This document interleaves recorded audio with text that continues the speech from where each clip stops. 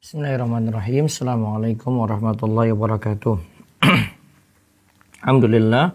Salatu wassalamu ala rasulillah wa ala alihi wa man tabi'ahum bi ihsan ila yaumiddin. Allahumma inna nas'aluka ilman nafi'a wa rizqan thayyiba wa amalan mutaqabbala. Puji syukur kita panjatkan pada Allah.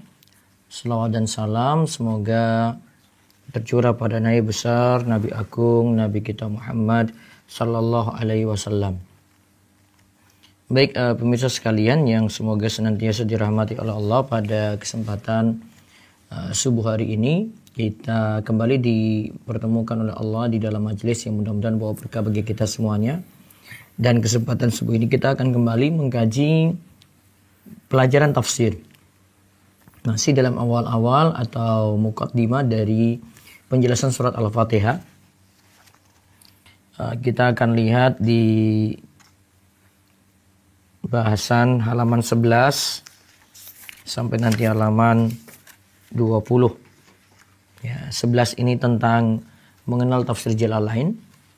Penulisnya siapa? Lalu seputar surat Al-Fatihah, yang mungkin di antara poin-poin dari surat Al-Fatihah ini ada hal-hal yang baru yang kita baru mengetahui.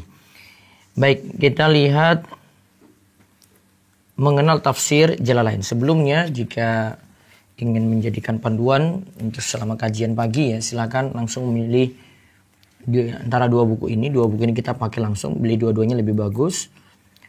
Bisa pesan di marketplace, Shopee, Tokopedia, Bukalapak, Muslim Life Shop, atau bisa langsung juga memesan di WA ruwaifi.store 0852 00 171 222, atau bisa klik juga di website ruwaifi.store. Situ ada daftar reseller dan agen.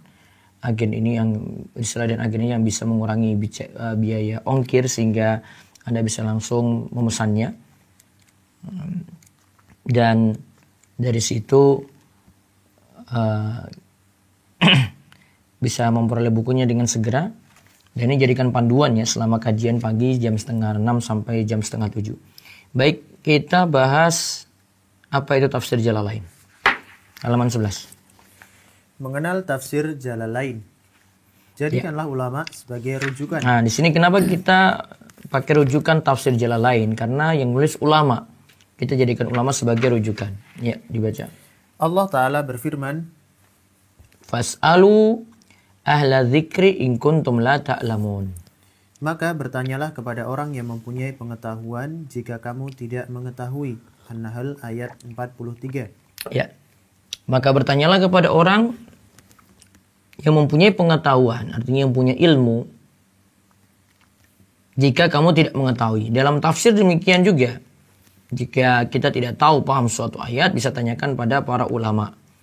Ya, para ulama di sini ada yang menulis kitab tafsir dan ini bisa kita jadikan rujukan. Ayat ini menunjukkan bahwa kita hendaklah menjadikan para ulama dalam rujukan memahami Al-Quran karena mereka memiliki ilmu dalam hal ini. Nah, ayat ini menunjukkan bahwa kita hendaklah menjadikan para ulama dalam rujukan memahami Al-Quran karena mereka memiliki ilmu dalam hal ini. Terus Syekh As-Sa'di rahimahullah ketika menafsirkan ayat di atas menyatakan, Allah memerintahkan pada siapa saja yang tidak memiliki ilmu untuk merujuk pada para ulama dalam segala perkara.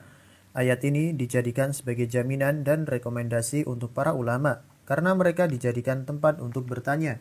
Orang yang tidak tahu akan lepas dari pertanggungjawaban karena sudah ada ulama yang menjawabnya. Ya, Syekh Sa'di itu menyatakan tentang An-Nahl ayat 43 tadi. Allah memerintahkan pada siapa saja yang tidak memiliki ilmu. Nah, kita ini yang awam tidak memiliki ilmu untuk merujuk pada ulama dalam segala perkara. Ini jadikan jaminan, rekomendasi untuk para ulama karena mereka dijadikan tempat untuk bertanya. Nah, orang yang tidak tahu akan lepas dari pertanggungjawaban karena sudah ada ulama yang menjawabnya. Nah, itu kenapa kita menafsirkan ayat-ayat yang ada itu memakai rujukan ulama. Mereka lebih paham, lebih tahu daripada kita yang masih awam. Nah, terus apa itu tafsir Jalalain? Rujukan utama dalam kajian tafsir surah Al-Fatihah dalam buku ini adalah kitab Tafsir Jalalain karya dua Jalaluddin, yakni Jalaluddin Al-Mahalli dan Jalaluddin As-Suyuti. Jalaluddin Al-Mahalli dan Jalaluddin As-Suyuti. Al-Jalalain itu artinya dua jalal. Terus Al-Jalalain artinya dua jalal. Dinamakan demikian karena kitab tafsir ini ditulis oleh dua orang ulama terkenal. dinamakan demikian karena kitab tafsir ini ditulis oleh dua orang ulama terkenal. Nah, penulis pertama, ini ada dua penulis, berarti ya dalam satu kitab tafsir ada dua penulis. Ya. Penulis pertama adalah Imam Jalaluddin Muhammad bin Ahmad bin Muhammad bin Ibrahim Al-Mahalli. Beliau lahir di Mesir pada tahun 771 Hijriah dan meninggal dunia pada tahun 864 Hijriah di Mesir. Ya.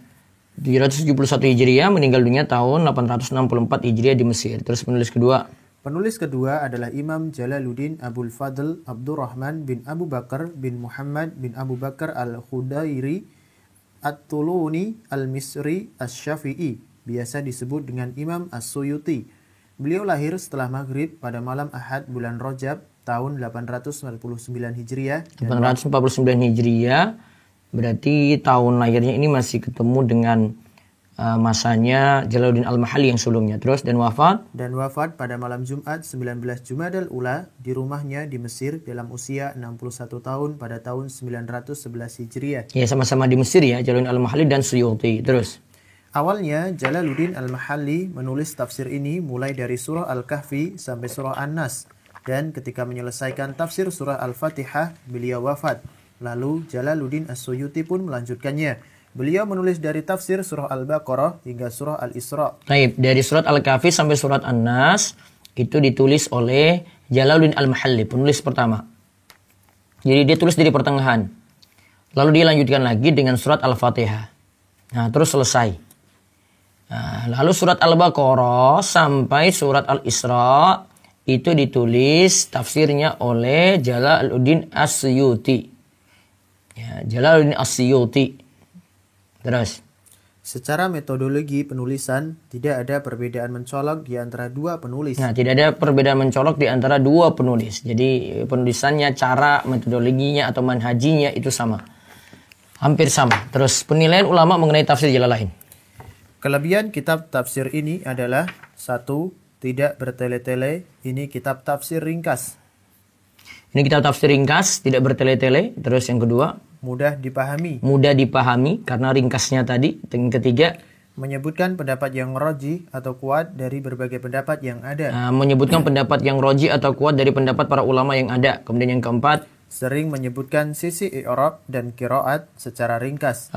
Sisi nahwunya juga dibahas.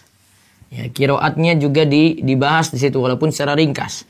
Seperti nanti kita akan temukan di surat Al-Ikhlas itu ada sisi nahwu juga dibahas. Bahkan di surat Al-Fatihah juga nanti ada sisi nahwu, sisi bahasa Arabnya juga dibahas. Ya, terus yang kelima, para ulama banyak menelaah kitab tafsir ini dan bahkan ada yang memberikan catatan kaki juga penjelasan. Nah, para ulama itu banyak yang mengkaji kitab tafsir ini, diberikan catatan kaki, diberikan penjelasan-penjelasan juga. Ini menunjukkan bahwasanya kitab tafsir ini Jalalain itu jadi rujukan. Terus kekurangan kitab tafsir ini, tentu kalau ada kelebihan ada kekurangan juga di sini karena ini bukan kitab yang sempurna. Tidak seperti Al-Qur'an ya. Kalau kitab tafsir ini ada kekurangannya kalau dilihat dari beberapa poin, termasuk juga tafsir Jalalain di sini ada sisi kekurangannya. Pertama, kitab tafsir ini memakai metode ahli takwil ketika mengkaji tafsir ayat sifat Allah. Ahli takwil mengubah maknanya tanpa ada dalil. Nah, memakai metode ahli takwil. Jadi ayat-ayat sifat itu diubah maknanya, tapi tanpa ada dalil. Nah, itu sisi kelemahan namanya. Karena kita kalau ingin merubah sesuatu harus dengan dalil, untuk memaknainya, merubahnya ke makna lain harus dengan dalil. Nah, salah satu contoh di sini saya sebutkan di dalam pembahasan di tafsir Jalalain dalam surat Al-Fajr ayat 22. Diterangkan mengenai kedatangan Allah secara hakiki. Tetapi ditafsirkan dengan kedatangan itu dikatakan bukan Allah yang datang, namun amruhu, perintahnya. Seperti pada ayat wa jaa rabbuka wal malaku saffan saffa. Dan datanglah Tuhanmu sedang malaikat berbaris-baris. Nah, di sini Allah yang datang, bukan amruhu, bukan perintah Allah yang datang, namun Allah sendiri yang datang. Nah, Syekh Safiur Rahman Al-Mubarakfuri memberikan catatan kaki untuk ini.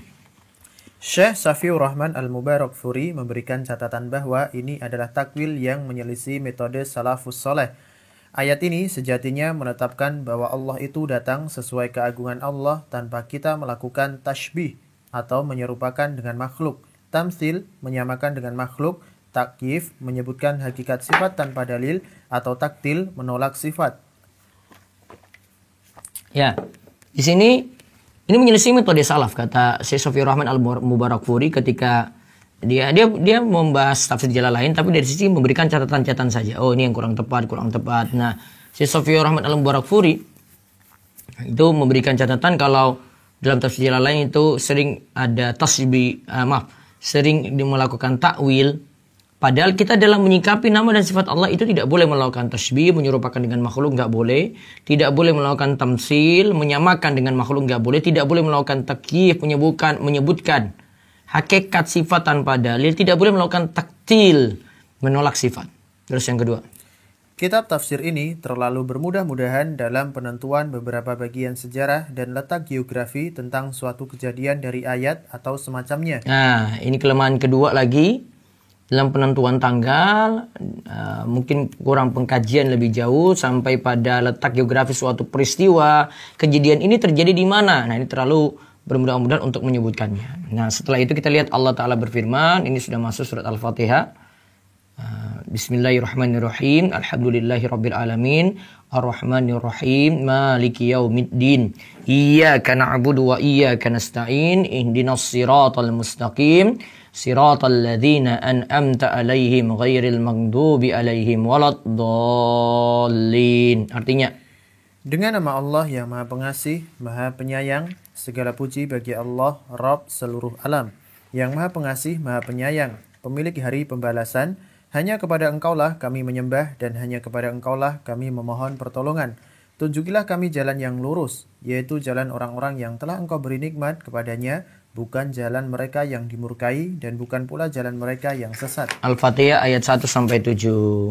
Nah, sekarang kita lihat seputar Al-Fatihah dulu, diterangkan oleh Imam Jalaluddin Al-Mahalli dalam tafsir Jalalain. Ya.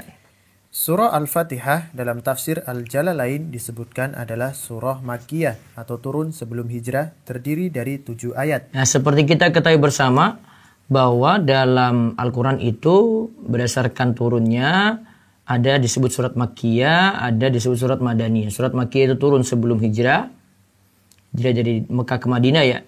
Kemudian surat Madaniyah itu turun sesudah hijrah. Nah, surat Al-Fatihah itu termasuk surat Makkiyah. Terus dalam tafsir Jalalain? Dalam tafsir Jalalain, Jalaluddin Al-Mahalli menyebutkan jika basmalah itu bagian dari Al-Fatihah, maka terdiri dari 7 ayat. Ayat ke-7 adalah Siratal ladzina sampai akhir surah. Sedangkan jika basmalah bukan merupakan bagian dari surah Al-Fatihah, ayat ke-7 adalah Ghairil maghdubi 'alaihim sampai akhir surah. Dari ayat Iyyaka na'budu itu dimaksudkan untuk hamba sebagaimana disebutkan dalam hadis. Ya. Jalaluddin Al-Mahalli itu menyebutkan jika basmalah itu bagian dari Al-Fatihah maka terdiri dari 7 ayat. Ayat ke-7 itu adalah Siratal ladzina an'amta 'alaihim. Jika basmalah itu bagian dari Al-Fatihah ya. Berarti ayat pertama tadi dari Bismillahirrahmanirrahim. Ya. Ayat kedua Alhamdulillahirabbil alamin, ayat ketiga Ar-Rahmanir-Rahim, ayat keempat Maliki yaumiddin, ayat kelima Iyyaka na'budu wa iyyaka nasta'in, ayat keenam Ihdinas siratal mustaqim. Lalu ayat ketujuh Siratal ladzina an'amta 'alaihim ghairil maghdubi 'alaihim waladdallin sampai terakhir. Namun sedangkan jika basmalah bukan merupakan bagian dari surat Al-Fatihah, ini menurut pendapat kedua, basmalah tidak jadi ayat nomor 1, berarti dari Alhamdulillahirabbil alamin.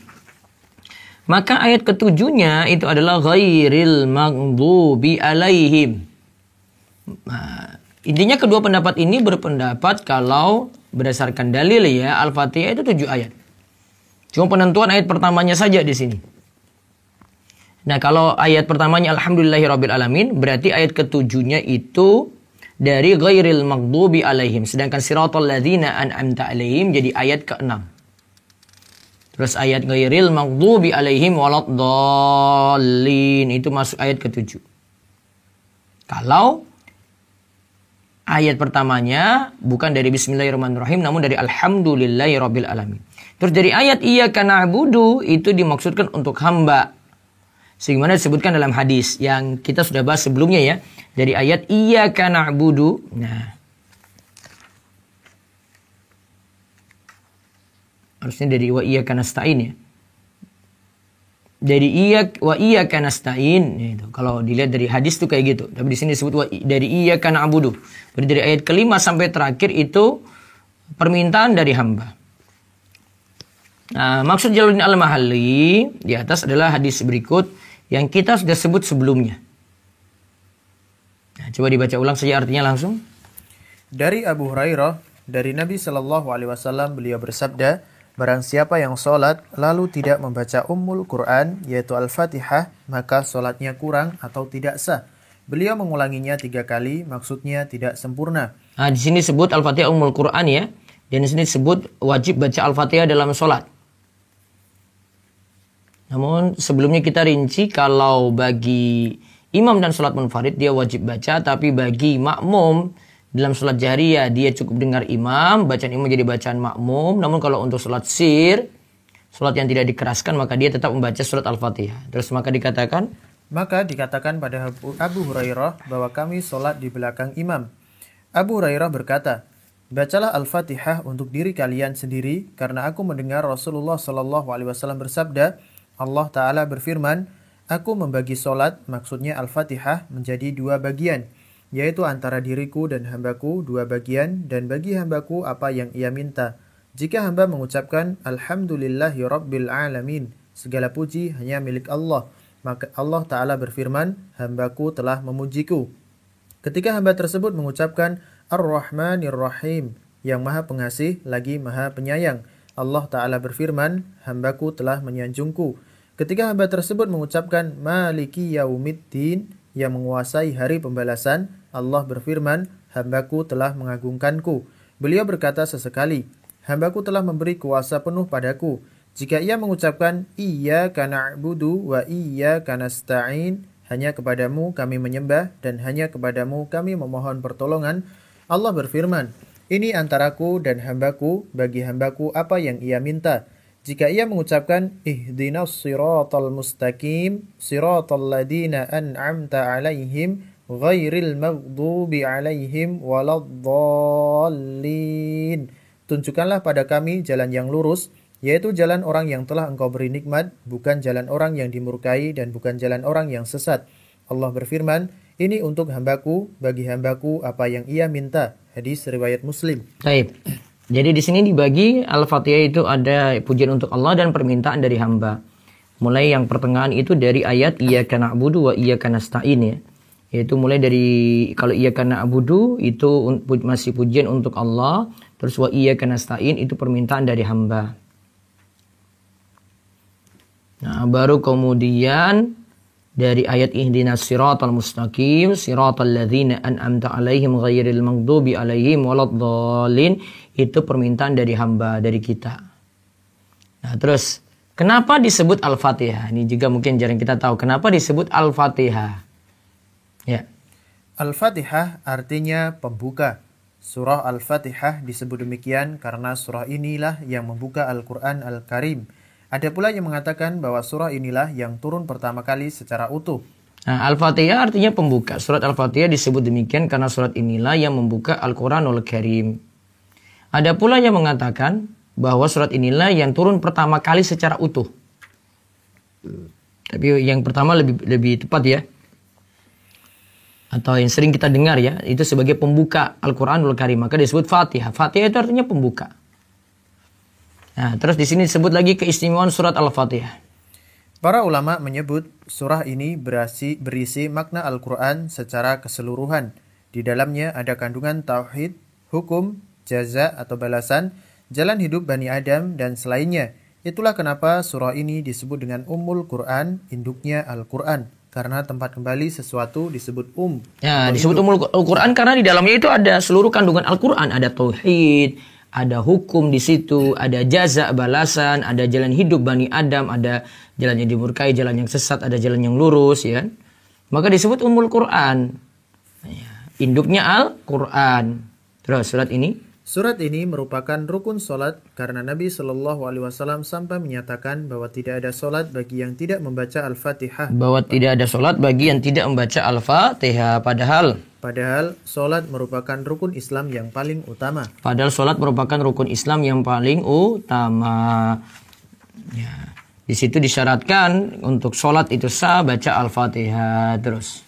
Surah ini disebut pula dengan ruqyah. Artinya, jika surat ini dibacakan pada orang sakit akan sembuh dengan izin Allah, sebagaimana hal ini terdapat dalam kisah para sahabat yang meruqyah seorang tokoh ketika mereka mampir.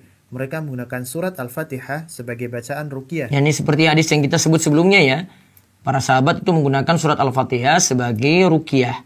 Kemudian Nabi SAW tanya, kenapa, dari mana kalian bisa tahu kalau Al-Fatihah itu ruqyah? Dan itu tanda Nabi SAW menyetujuinya. Nah, ini juga yang jarang kita tahu, ini bid'ah terkait surat Al-Fatihah. Syekh Ibnu Utsaimin rahimahullah menyatakan, di antara bentuk bid'ah yang dilakukan terkait surat Al-Fatihah adalah surat ini terus dijadikan bacaan penutup setelah doa. Juga surat ini dijadikan pendahuluan sebelum khutbah. Juga dibaca pada acara-acara tertentu, yaitu ada yang mengatakan bacalah Al-Fatihah. Seperti ini keliru, karena ibadah itu harus dibangun di atas dalil dan mengikuti petunjuk Nabi kita Shallallahu Alaihi Wasallam. Ibadah itu dibangun di atas dalil dan mengikuti petunjuk Nabi kita Shallallahu Alaihi Wasallam. Jadi kebiasaan sebagian orang itu setelah baca doa Al-Fatihah atau kirim doa Al-Fatihah gitu. Nah, seperti ini menurut Syekh Ibnu Utsaimin termasuk perkara bid'ah, tidak ada tuntunan. Nah, ini seputar Al-Fatihah yang kita bahas. Mudah-mudahan jadi ilmu yang manfaat. Ya, nanti pada pertemuan Kamis pagi kita mulai dengan Bismillah dan Alhamdulillah. Ya, Bismillah dan Alhamdulillah.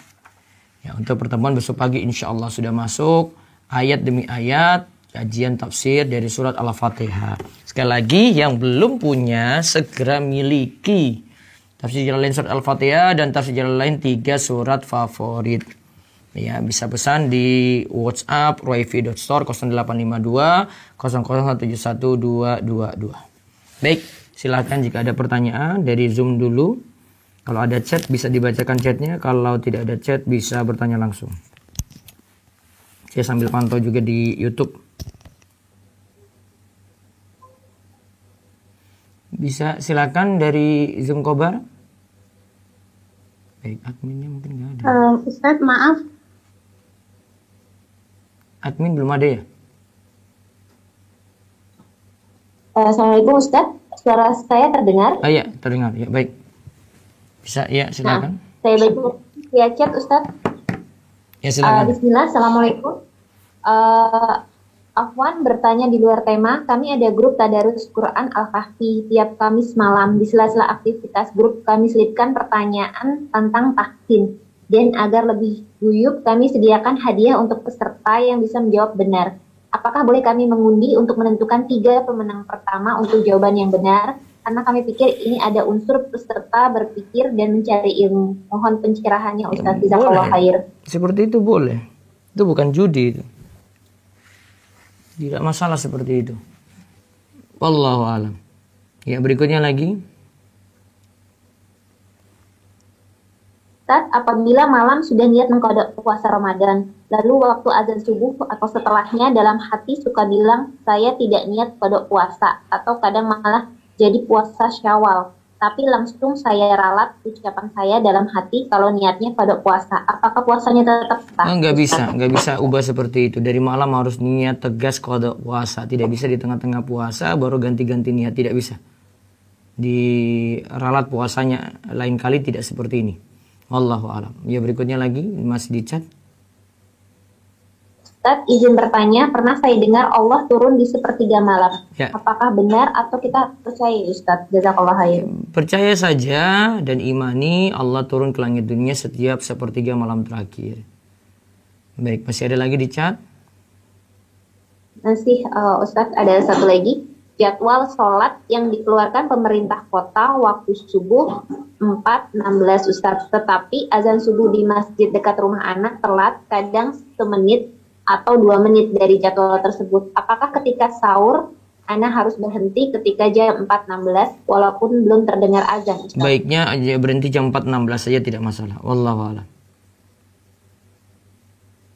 Baik, berikutnya yang dari Resen silakan. Baik, sudah ada Uhti Selfie, silakan. Bismillah, Assalamualaikum Ustadz. Waalaikumsalam warahmatullahi wabarakatuh, silakan. Ustadz, izin bertanya, jika sholat di kapal, kan saya lihat di HP itu kiblatnya beda, tapi orang-orang berjamaah itu beda lagi kiblatnya gitu, jadi salah kiblat. Jadi terus, tapi saya ngikutin orang-orang yang berjamaah gitu, Ustadz.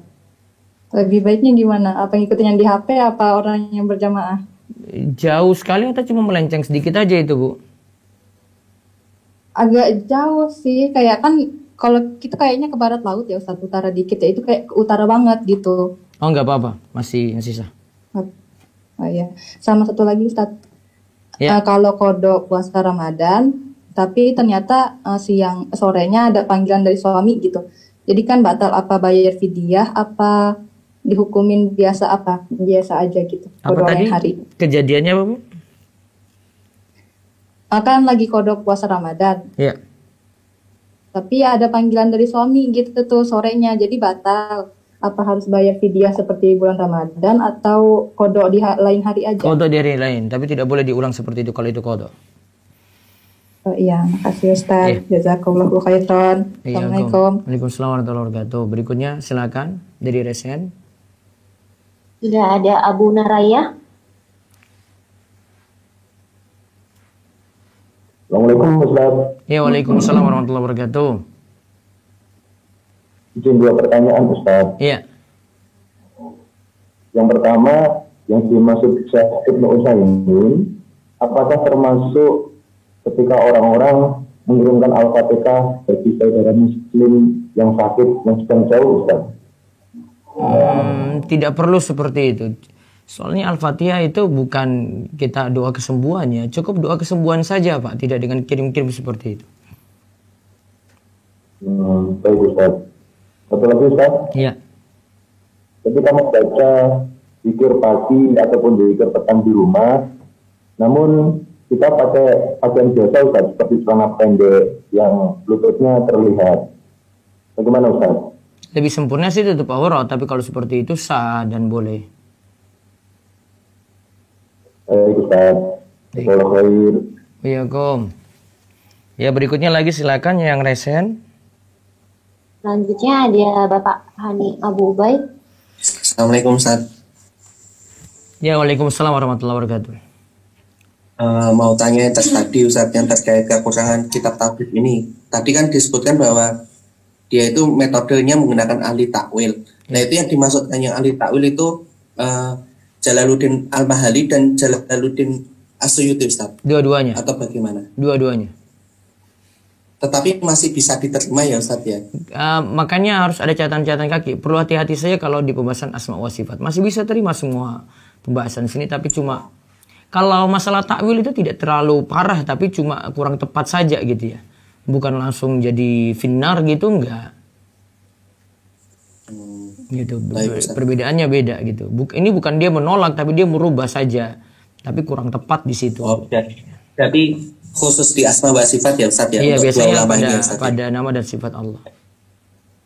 Baik Ustaz. Ustaz, satu lagi Ustaz yang terkait tadi surat Al-Fatihah yang dikatakan oleh Syekh Ibnu Utsaimin. Tadi kan disebutkan sebelumnya bahwa Al-Fatihah itu kan dikhususkan untuk ruqyah ya Ustaz ya. Ya. Ya, berarti kalau misalnya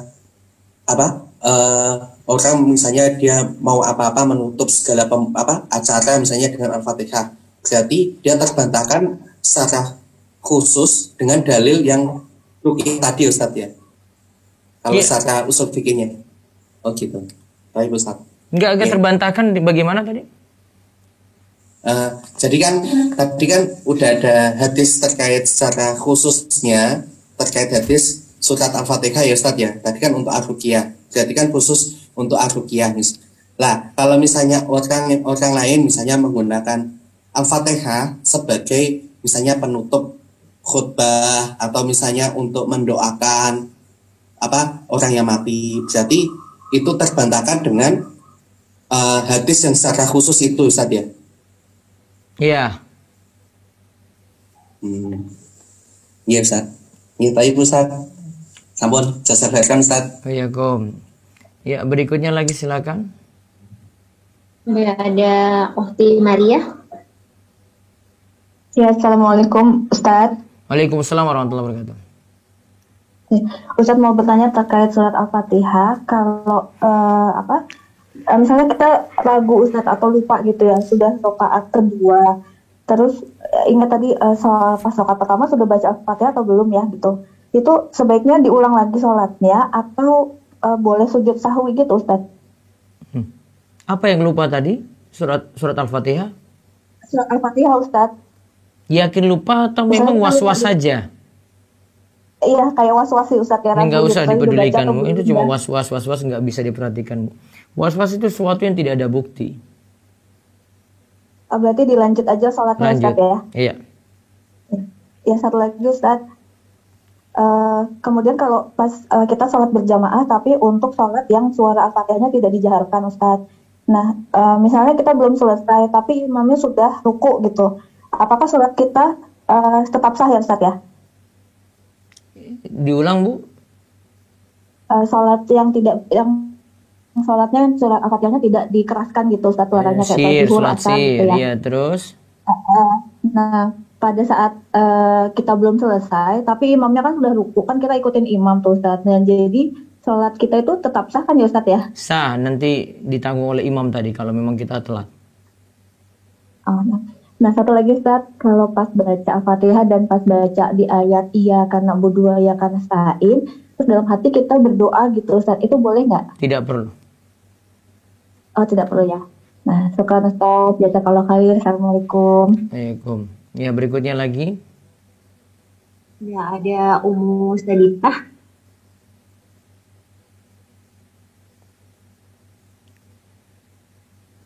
Umu Sabitah. Baik, ada Umu Yasmin. Saya Ummu Sabitah. Ya, silakan Umu Sabitah. Bismillah Ustadz, izin bertanya Ustadz mengenai zakat. Ya.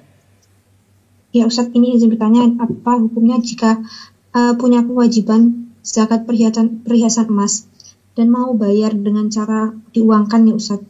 Akan tapi itu Ustadz tidak punya uang cukup untuk zakatnya itu. Nah, apakah boleh untuk bayar zakat emas ini dicicil Ustadz? Zakat emas, bentuknya emas, terus mau dikeluarkan zakatnya, namun uangnya tidak cukup, akhirnya dicicil. Iya, jadi lebih punya emas banyak gitu dibandingkan uangnya Ustadz. Berarti nanti dikodok saja Bu, itu bisa boleh dicicil seperti itu. Oh, dicicil sedikit-sedikit gitu boleh Ustadz? Atau Ya, segera lebih bagus karena kewajiban Bu. Oh baik Ustadz. Oh baik, berarti tunggu sampai ada uangnya dulu saja ya Ustadz. Kalau Tapi tidak, segera solusi gitu. yang paling cepat jual emasnya yang mau dizakati. Oh baik Ustadz.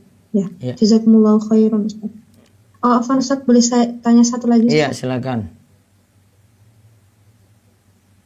Saya mau bertanya Ustadz, jika dulu itu pernah sholat dengan teman gitu Ustadz, dan saat itu hujan deras, tapi saya tidak tahu Ustadz hukum tayamum, jadi kami tayamum karena tidak ada air sama sekali, tapi saat itu hujan deras Ustadz. Nah, Nggak sah. apakah perlu qada sholat Ustadz? Itu nggak sah sholatnya. Ada hujan kok tayamum. Berarti Nah, nggak tahu Ustadz itu sudah lama apa masih waktu dekat? sudah lama Ustadz, Ya sudah. tahun-tahun yang lalu. Taubat saja, terus perbanyak sholat sunnah. Baik Ustadz, jazakumullahu khairan.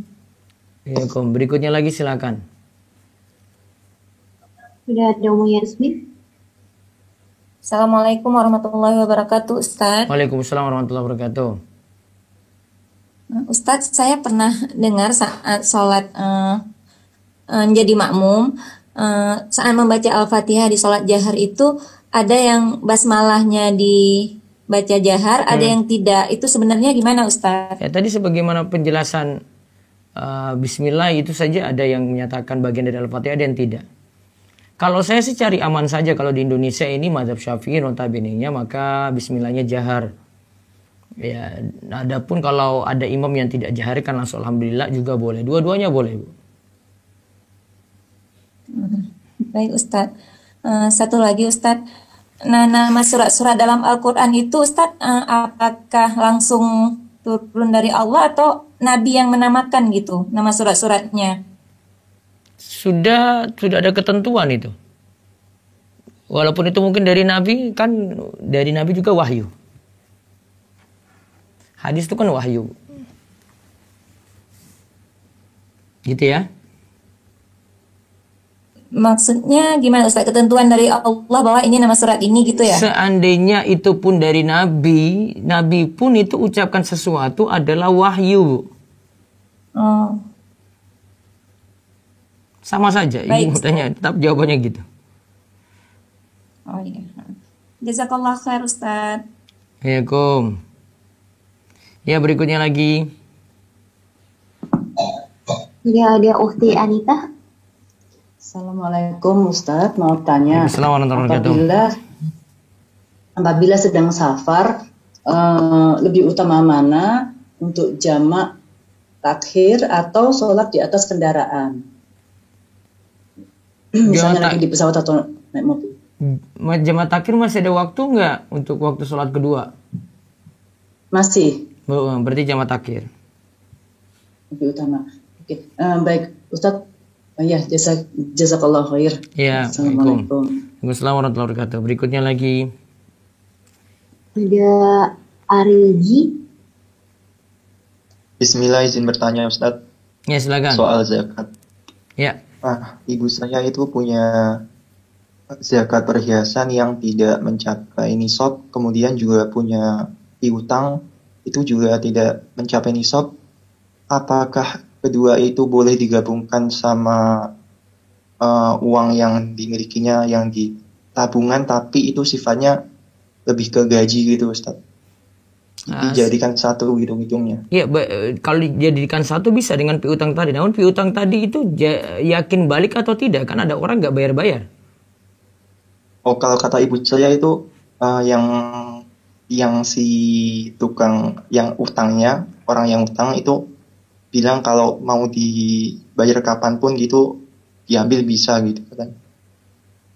Ya, itu masih belum pasti, Pak. Oh, gitu ya. Siapa tahu ditagih dia undur-undur juga, sama saja berarti. Kalau yang emasnya tadi atau perhiasan tadi kalau digabung sama yang uangnya nggak bisa. Kalau emas sendiri, uang sendiri. Oh iya. Terima kasih Ustaz. Barakallahu fiik. Waalaikumsalam. Ya, berikutnya lagi Umur Aisyah. Silakan Umur Aisyah. Assalamualaikum warahmatullahi wabarakatuh, Ustaz. Ya, Waalaikumsalam warahmatullahi wabarakatuh. Ustaz, apabila kita belum sempat ba'diyah Isya, apa boleh digabung nanti pas sholat Qiyamul Lail itu, Ustaz? Tahajud gitu. Batasan waktu Isya sampai jam berapa, Bu? Pertengahan malam ya, Ustaz? Ini sudah terjawab. Baik, Ustaz. Satu lagi, Ustaz. Ya. Ustaz, kebetulan kan anak itu bergabung di ngajar di TPA sini, Ustaz, gitu. Itu tuh ada semacam itu tuh pembacaan Asmaul Husna itu seperti itu di dalam masjid itu dinyanyikan, kan ada artinya, terus itu diperagakan gitu, Ustaz. Tidak perlu. Sebenarnya boleh nggak, Ustaz? Tidak perlu. Nggak perlu ya, Ustaz. Karena solusinya gimana, Ustaz? Keluar dari TPA itu nggak usah ngajar atau gimana, Ustaz? Ya, beri masukan terus saja, Bu. Beli masukan aja ya? Iya. Cuman ini Ustadz apa masalahnya ini di sini kan emang apa belum paham sunnah itu Ustadz, maksudnya pasti bertentangan banget gitu Ustadz. Gimana Ustadz solusinya? Ya pelan-pelan Bu untuk mengubah. Kalau ya Ibu nggak usah ikut-ikut itu saja, tapi kan masih punya peran lain untuk ngajarkan TPA tadi gitu loh. Kalau Ibu lepas juga ya sudah semuanya lepas, itu nggak ada orang jadi baik di situ. Oh, baik Ustadz. Berarti solusinya tetap ya Ustadz, anak bertahan di situ ya Ustadz. Iya.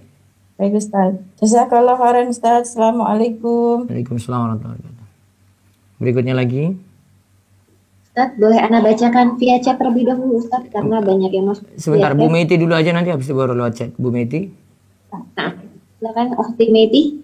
Apa Ustaz, syukron. Gini Ustadz, pertanyaan. Semalam itu anak kan ikut webinar gitu Ustadz, salah satu Ustadz atau apa gitu. Di tengah-tengah ceramah itu, di tengah-tengah isi webinar itu, ini mengenai tauhid juga sih Ustadz gitu. Ustadznya juga agak lumayan ini, cuman anak belum tahu, belum mengikuti bahwa ini manhajnya apa. Di tengah-tengahnya itu diselipkan bahwa diajarkan untuk membaca namanya ijazah sholawat busro gitu, dibaca ba'da subuh 41 kali. Itu seperti apa Ustadz kita menyikapinya? Tidak ada tuntunan. Tidak ada tuntunan seperti itu. Bu Meti? Katanya katanya Ustadz tersebut menyampaikan dari ini Ustadz ini katanya gitu, nasnya kuat katanya gitu, makanya Anda bingung juga ini apakah perlu diamalkan apa seperti apa gitu Ustadz. Tidak sampai, tidak, saya yakin tidak sampai Nabi itu, nggak usah diamalkan saja. Nah terus gini Ustadz, kalau misalnya zikir pagi petang gitu Ustadz, kita hanya sempat atau bisanya itu misalnya ayat kursi sama 30 itu aja gitu loh. Itu apakah itu sudah termasuk zikir pagi petang gitu loh Ustaz? Apa tadi bacaannya? Misalnya zikir pagi petang gitu Ustaz, kita hanya bukan nyanggup ya, apa maksudnya sempatnya gitu, hanya misalnya ayat kursi aja. Boleh. Surat tidakulnya aja gitu loh Ustaz. Boleh Bu, boleh. Oh, jadi tidak harus yang satu-satu itu ya Ustaz ya? Tidak. Nah, Ustaz, syukran Ustaz, jazakallahu khair. Ya, berikutnya yang di chat silakan. Nah, Ustadz, Ana bacakan via chat. Bismillah, bagaimana Ustadz mengkodok sholat-sholat yang terdahulu? Mengkodok sholat-sholat yang terdahulu. Ini tergantung ini ya. Kalau cuma sekadar meninggalkan sholat, tidak perlu ada kodok. Ini pendapat yang paling kuat. Baik, berikutnya lagi. Pertanyaan kedua, untuk meruqyah dengan Al-Fatihah, apakah cukup dibaca sekali saja Ustadz atau ada jumlah tertentu? Jumlahnya tidak dibatasi, boleh baca berulang kali. Berikutnya lagi. Izin bertanya Ustadz terkait zikir pagi dan petang. Kapan waktu utama untuk zikir, terutama zikir petang Ustadz? Kalau zikir petang saya memilih pada maghrib. Sudah masuk maghrib, baru mulai zikir petang. Kalau zikir pagi dari mulai masuk subuh sampai mau masuk zuhur. Ya, berikutnya lagi. Ustadz, izin bertanya, doa apa yang terbaik untuk orang yang sudah meninggal Ustadz? Doa-doa kebaikan untuk dia. Kalau tidak pahami dengan bahasa Arab, bisa dengan bahasa sendiri gitu. Kalau mau baca juga bisa pakai doa seperti ketika sholat jenazah. Ya, ada lagi? Masih. Izin bertanya Ustadz, di luar tema, jika ada orang yang berjanji bayar hutang tahun lalu tapi belum bayar hutang hingga sekarang dan dia cuek, tidak ada basa-basi jika dia belum bisa bayar hutang Ustadz, bagaimana itu Ustadz? Apakah ia berdosa? Jazakallah khair. Dia berdosa menunda utang terus padahal dia mampu untuk bayar. Terus diingatkan. Ya, berikutnya lagi. Kalau mau beli bukunya di mana Ustadz? Apa? Mau membeli bukunya Ustadz, ini ada yang bertanya. Oh, membeli bukunya cara nanti bisa di marketplace, di Rumesa Store Official, di Shopee, Bukalapak, Tokopedia ada.